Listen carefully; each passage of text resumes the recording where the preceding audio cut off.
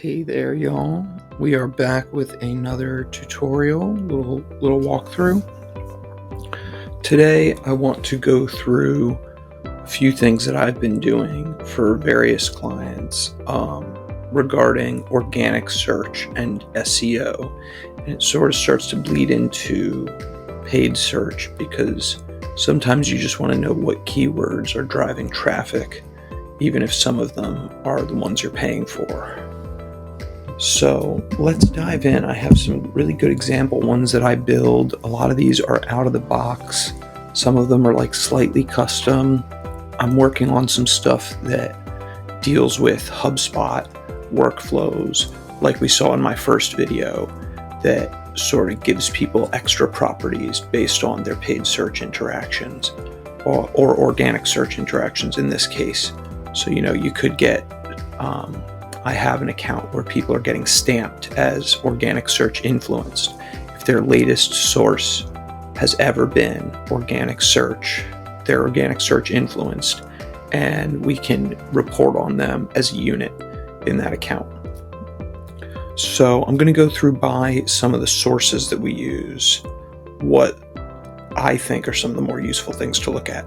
So this is click-through rate by query and click-through rate by page with impressions and clicks for the best context. Because if you just look at click-through rate and you don't have this context, you might see there's like one click and one impression and think, oh wow, 100% click-through rate.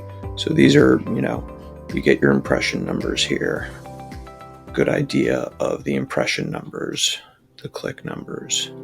Then you can look at your click-through rate. You can see, those branded terms, they're getting like 65%. This, pretty good, 5%. All right. Moving on to more. This is also from Google Search Console. So we're starting with free stuff and we're going to do SEMrush last. So also available from Google Search Console. These are custom for what groups, but this is a pretty easy one to set up. You can do how many queries do you have on positions groups 1 to 3, 11 to 20, 4 to 10. You can also do, instead of queries on that position, you can do how many pages on that position, how many clicks on that position for those position groups. Moving on to some of HubSpot's SEO, I like to compare the Google Search Console clicks with the HubSpot organic search sessions.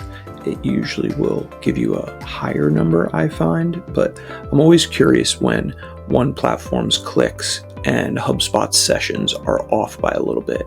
And it's even more curious when you have, like here, this to me means that HubSpot has multiple organic search references that they're looking at, maybe a little bit of Bing or something like that, DuckDuckGo, right?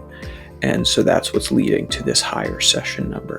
And then here I have a breakdown of page views by session, average session length, and contacts being generated, and sessions by all of these different sources. So I like putting organic search in here and seeing how are we doing, compared to the amount of sessions we have.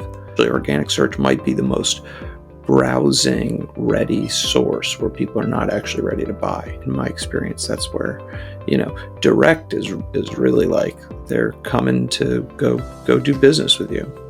So you got some very interesting stuff you can look at there. And then this is some more of what you can do in HubSpot, and I'm looking to expand on this, but this is contacts by the first page they saw and sessions by the first page that the people saw by the landing page. This could be turned into like a sales pipeline that's actually segmenting based on the first landing page they were on or pages that they landed on multiple times. I'm working on the workflows to get that working because it's a lot of work. Then this is SEMrush. So yeah, we some estimated traffic. We got some organic keywords. This is stuff that I don't think Google Search Console pulls quite as well.